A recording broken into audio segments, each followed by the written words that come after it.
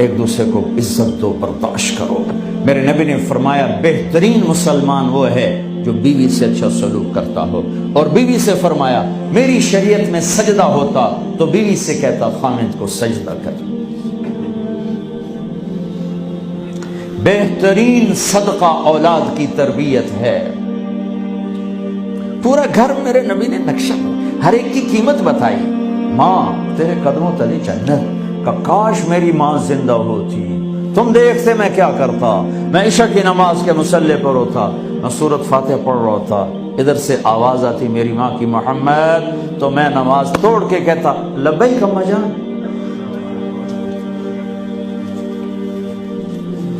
باپ کا تیرے جنت کا دروازہ ہے، باپ تیری جنت کا دروازہ ہے، کھولنا توڑنا نہیں، کھولنا توڑنا نہیں، توڑ دیا تو جنت میں نہ جا سکو گے۔ سب سے بہترین مسلمان جو بیوی سے اچھا سلوک کی، سب سے بہترین عورت جو اپنے خامند کی منشا کو دیکھے۔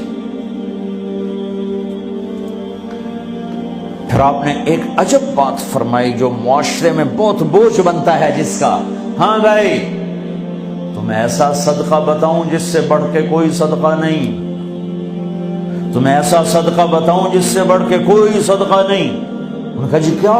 کہا الابنۃ المردودہ، جس کی بیٹی کو طلاق ہو گئی یا بیوہ ہو گئی اور گھر واپس آ گئی ماں باپ کے، یا ماں باپ نہیں ہے تو بھائی ہیں، وہ ایک بوجھ بنتی ہے ماں باپ پر بھی، اور بھائی تو ویسے ہی باغی ہو جاتے ہیں۔ میرے نبی نے فرمایا اس بچی پہ خرچ کرنا کائنات کا سب سے افضل صدقہ ہے۔ گھر، ایک گھر کیسے چلتا ہے؟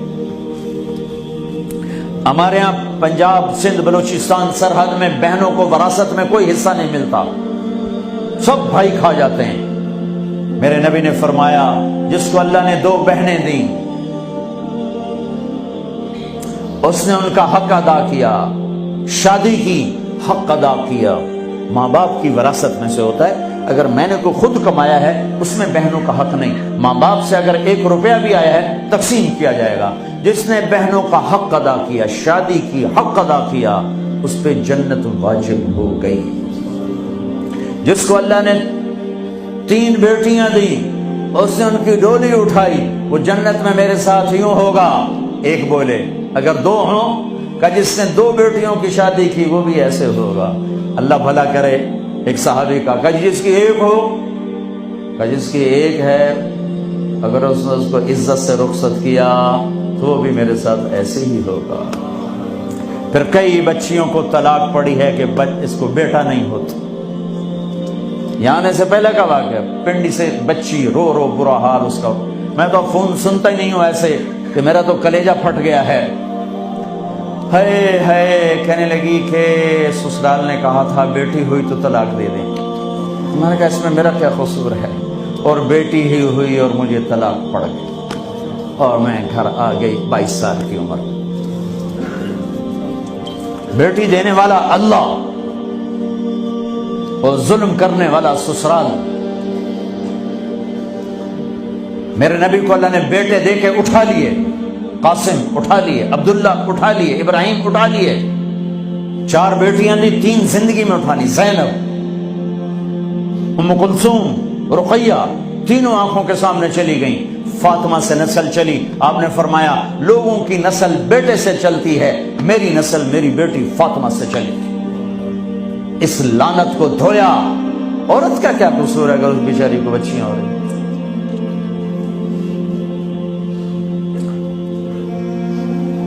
جس نے اپنی بہنوں کو حق ادا کیا، جس نے بیٹیوں کو ڈولے میں بٹھایا، ان کا حق ادا کیا، کہ جنت میں یوں ہو جائے گا۔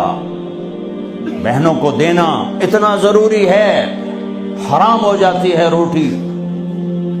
میں نے مولانا جمشید صاحب میرے استاد ہیں، میں نے ان سے تفسیر پڑھی۔ میں ایک دن شہد کی بوتل لے کر گیا، پرانی بات ہے 76-77۔ میں نے کہا حضرت یہ ہدیہ ہے۔ فرمایا کہاں سے لائے ہو؟ میں کہا میرے اپنے باپ ہے۔ فرمایا تیرے باپ نے اپنی بہنوں کو، تیرے باپ نے اپنی بہن یعنی میری پھوپھیوں کو، تیرے باپ نے اپنی بہنوں کو زمین میں سے حصہ دیا تھا؟